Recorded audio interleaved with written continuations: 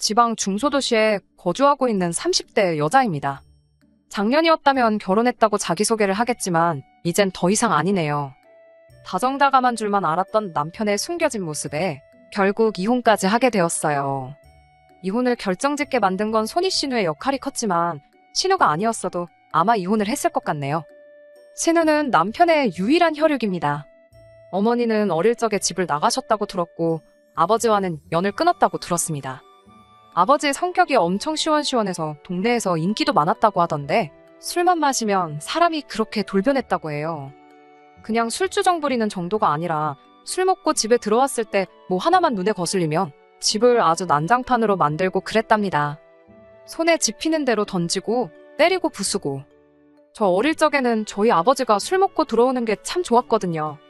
빈손으로 오시는 법이 없고 저희들 먹으라고 맨날 치킨이며 족발 같은 야식거리 사들고 오셨던 기억이 있어서요.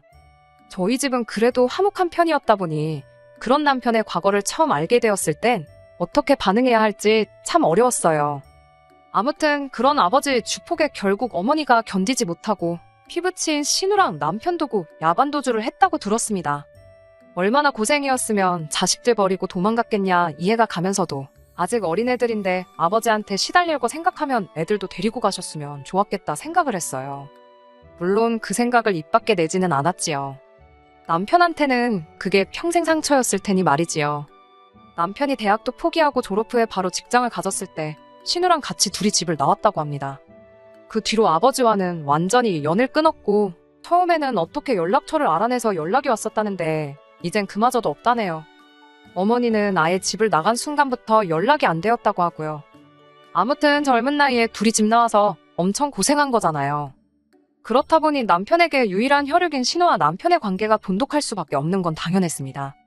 보통은 그런 사이가 부담스러울 수 있었겠으나 그것 때문에 결혼을 하지 말아야겠다는 생각은 없었어요. 신우는 벌써 신우대로 결혼을 해서 두 아이 키우며 잘 살고 있었으니까요. 연애하고 얼마 지나지 않아서 남편이 자기 과거에 대해서 저에게 털어놓았었어요. 그게 저를 신뢰하게 해준 말이라 생각했고 세상에 여러 사람이 있고 다들 각자의 사연을 가지고 있는 거 아니겠어요? 아버지의 주사와 어머니의 부재가 따지고 보면 남편이 잘못한 것도 아닌데 그 과거를 가지고 남편을 색안경을 끼고 보지 않았습니다. 남편도 그런 저에게 조금이나마 감동을 했던 건지 그렇게 연애하던 사이에서 결혼까지 하게 되었지요. 그런데 제가 몰랐던 남편의 모습이 하나 있었네요. 연애하는 동안에는 남편이 술에 입 한 번 대지 않았습니다. 어디 놀러라도 가면 분위기 때문에라도 한두 잔씩은 마실 수도 있는 일 아니겠어요? 저도 주당은 아니지만 술은 어느 정도 즐기는 편이었거든요. 맛있는 음식에는 맛있는 술이 따라온다잖아요. 어디 괜찮은 거 먹으러 가면 취하지 않게 적당히 한두 잔 마시고 그랬어요. 하지만 남편은 정말 술이라고는 입에도 대지 않았어요. 저 혼자만 마시자니 좀 그래서 몇 번 권한 적도 있는데 한사코 거절하면서 정말 한 방울도 제 앞에서 마시는 모습 보인 적이 없던 사람입니다. 심지어 저희 부모님께 인사드리러 갔던 자리에서도 저희 아버지께서 권하는 술도 안 마셨던 사람이에요. 그렇다 보니 저는 저 나름대로 아버지랑 있던 과거 때문에 이 사람이 술을 안 마시는구나 하고 왜 안 마시냐 따져묻지도 않았네요. 술 안 마신다고 해서 나쁠 거 하나 없잖아요. 그런데 술을 입에 대지도 않는 사람이라 생각했던 남편이 알고 보니 술을 엄청 즐기는 사람이었습니다. 그냥 저랑만 안 마시는 거였어요. 결혼 후에 한 달도 채 지나지 않아서 회사에서 회식이 있었다며 코가 삐뚤어지게 마시고 비틀거리며 들어오는 남편을 봤을 땐 정말이지 멘붕이 와서 뭐라 말로 표현할 수도 없었네요.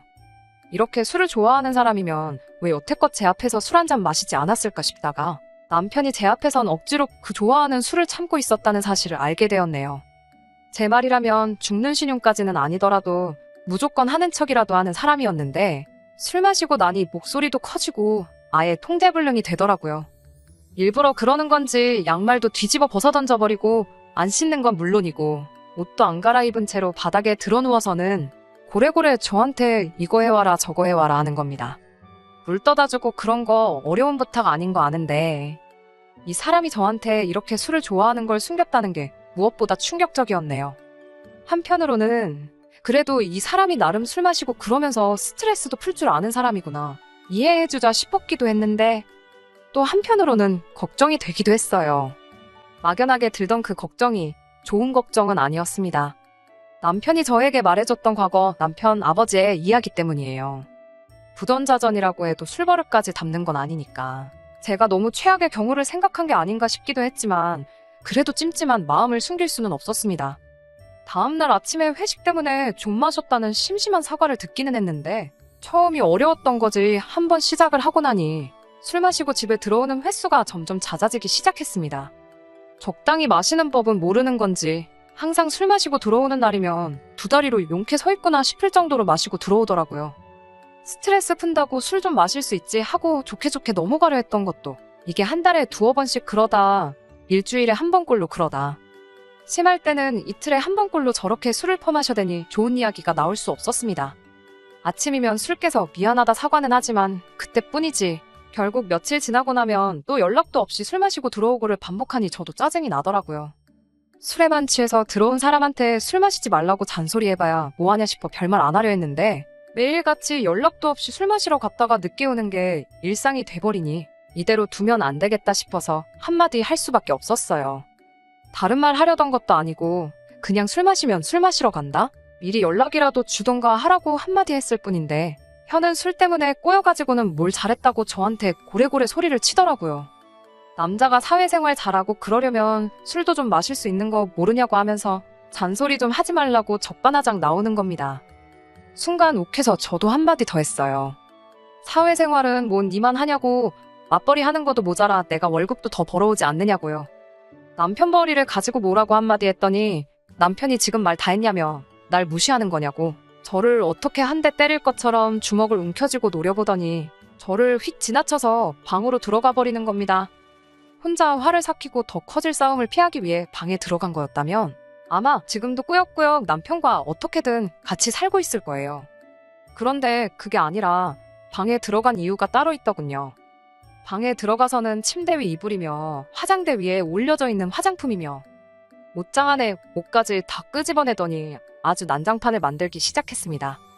남편의 아버지를 본 적이 없지만 어머니까지 도망가게 만든 그 주사가 아마 그것과 똑같았을 거예요. 저도 방으로 따라 들어가서 지금 이게 뭐 하는 짓이냐고 그만하라고 한마디 했더니 남편이 네가 나에 대해서 뭘 안다고 그러냐며 내가 설마 그 돈 벌려고 이렇게 일을 하고 있겠냐고 소리를 치더라고요. 온 집안을 난장판으로 만드는데 저를 노려보는 눈빛부터가 평소랑 다른 것도 모자라 술까지 취해 있으니 괜히 제가 남편하고 맞불을 놓고 있어봤자 좋을 게 없겠다 싶었습니다. 그래서 결국 제가 자리를 피했어요. 더러워서 피한 것도 있지만 실제로 무슨 일이 일어날까 무서웠습니다. 밖에 나가서 찬바람을 쐬다 보니 남편이 했던 말이 생각이 나더라고요. 자기 월급에 대한 이야기 말입니다. 제가 애초에 남편의 벌이 가지고 아무 말도 안 했던 이유 중 하나가 바로 남편이 연애 중 저에게 털어놓았던 아픈 과거 이야기 때문입니다. 아버지랑은 절연을 했고 어머니는 생사조차 모른다고. 자기도 평범한 집에서 자랐으면 대학도 가고 더 좋은 회사도 취직했을 거라며 저에게 해줬던 그 과거 이야기가 남편에게는 말 못할 큰 상처라 생각했어요. 연애 중 결혼 이야기가 오가는 과정에서 남편 벌이가 저보다 적다는 걸 알게 되었을 때도 당황하지 않았고 그걸 가지고 따로 문제 삼은 적도 없었거든요.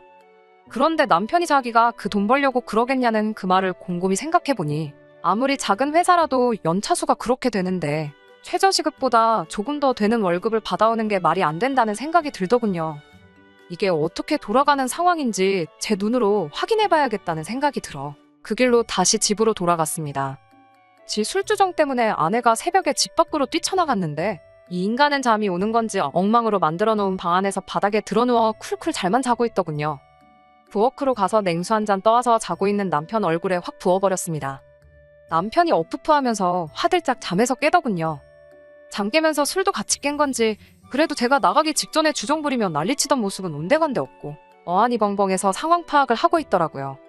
그런 남편 앞에다 두고 제가 월급 계좌 좀 봐야겠다고 한마디 했습니다. 남편 얼굴에 당황한 기색이 역력했어요.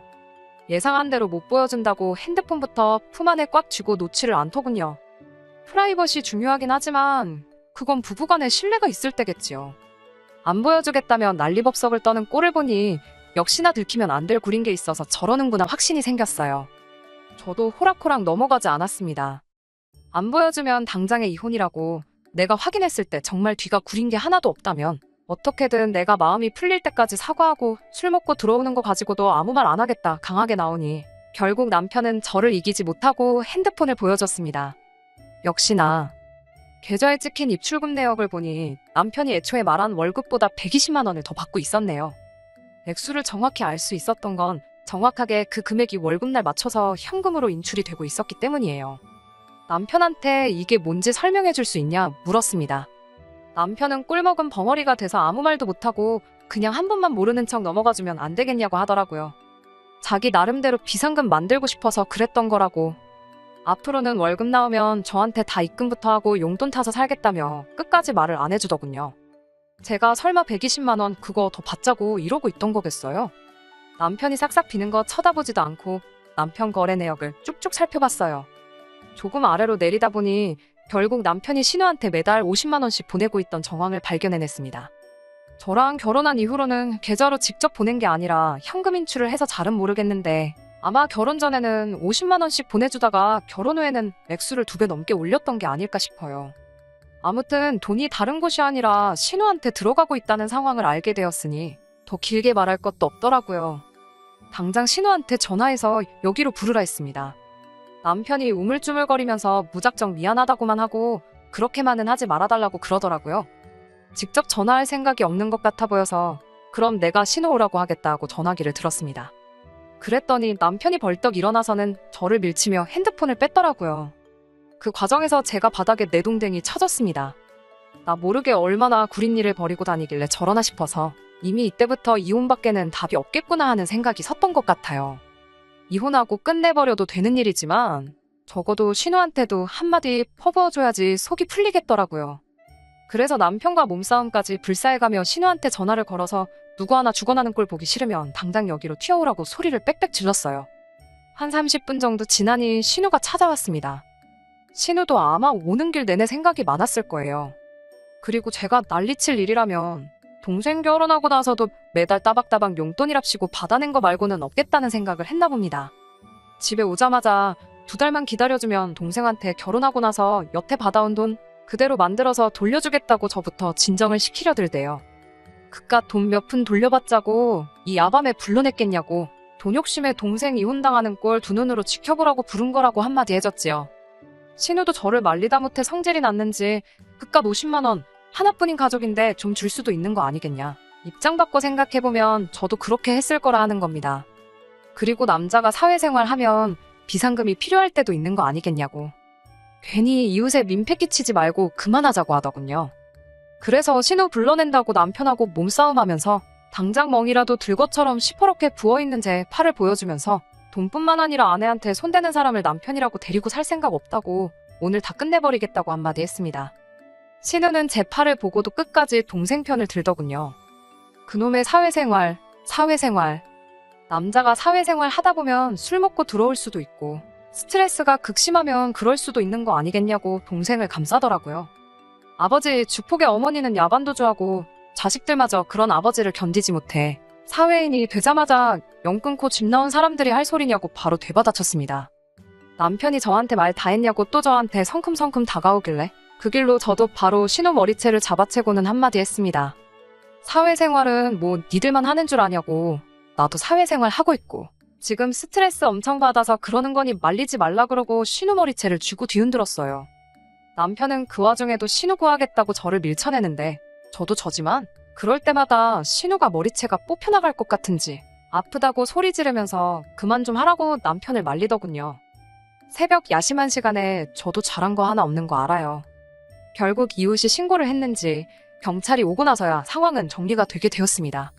저도 많이 열받아 있는 상태긴 했는데 경찰분들도 상황 설명 듣더니 길게 말 안 하고 그냥 신우한테 남편 데리고 어디라도 가라고 하고 저는 야심한 밤인데 이웃들 생각해서 앞으로는 조심 좀 해달라고 주의받고 끝났네요. 그 길로 남편 짐부터 정리해서 다음날 신우네 집으로 전부 보내버렸어요. 신우도 결혼에 애까지 있는 집인데 그 새벽에 동생까지 들이닥치고 날이 밝자마자 짐까지 받으니 그걸 어떻게 집에 설명할 방법이 없었는지 계속 저한테 연락해서 50만 원씩 9개월치에 한 달치 더 보태서 500만 원 만들어줄 테니까 이제 그만 남편 용서해주고 둘이 알콩달콩 잘 살라는 소리만 하더라고요. 매달 120만 원씩 현금 인출이 됐는데 거기서도 끝까지 50만 원밖에 안 받은 것처럼 잡아떼는 걸 보니 기가 차더군요. 그 돈이 필요해서 그런 거 아니고 빠른 시일 내로 이혼 서류 만들어서 보낼 테니 시간 끌지 말고 동생 설득해서 도장이나 찍어 놓으라고 하고 말았습니다. 그리고 몇 달 전에 완전히 남편과는 법적으로도 쫑이 나게 되었네요. 이혼 과정에서 이래저래 스트레스가 많았는데 이제는 속이 다 후련합니다. 신우 말 맞다나 하나뿐인 혈육이나 마찬가지인데 누나한테 용돈하라고 돈 좀 보내주는 거 이해할 수 있어요. 신우도 결혼해서 가정 꾸리고 남편이 벌어주는 생활비로 애 둘 키우며 잘 살고 있으면서 동생한테까지 매달 따박따박 돈을 받아간다는 게 도무지 제 머리로는 이해가 되지는 않지만 그래도 남편이 저한테 결혼 전부터 솔직하게 말해줬다면 어떻게든 이해해보려고 노력했을 수도 있을 것 같습니다. 하지만 술은 다시 생각해볼 문제라고 생각해요. 일로 받는 스트레스, 당연히 술로 풀 수 있는 부분이지만 당장 술 때문에 어머니 도망가게 만든 아버지를 욕하고 결국엔 영까지 끄는 남편이었는데 당장 자기 자신도 그런 아버지와 다를 게 없다는 걸 알고는 있을까요? 반성하며 사는 것까진 바라지 않지만 이제 두 번 다시 제 인생에 나타나주지 않았으면 하는 바람입니다. 끝까지 들어주셔서 감사합니다. 오늘의 사연은 여기까지입니다. 구독과 좋아요, 알람 설정 부탁드리고 더 좋은 사연으로 다시 찾아뵙겠습니다. 감사합니다.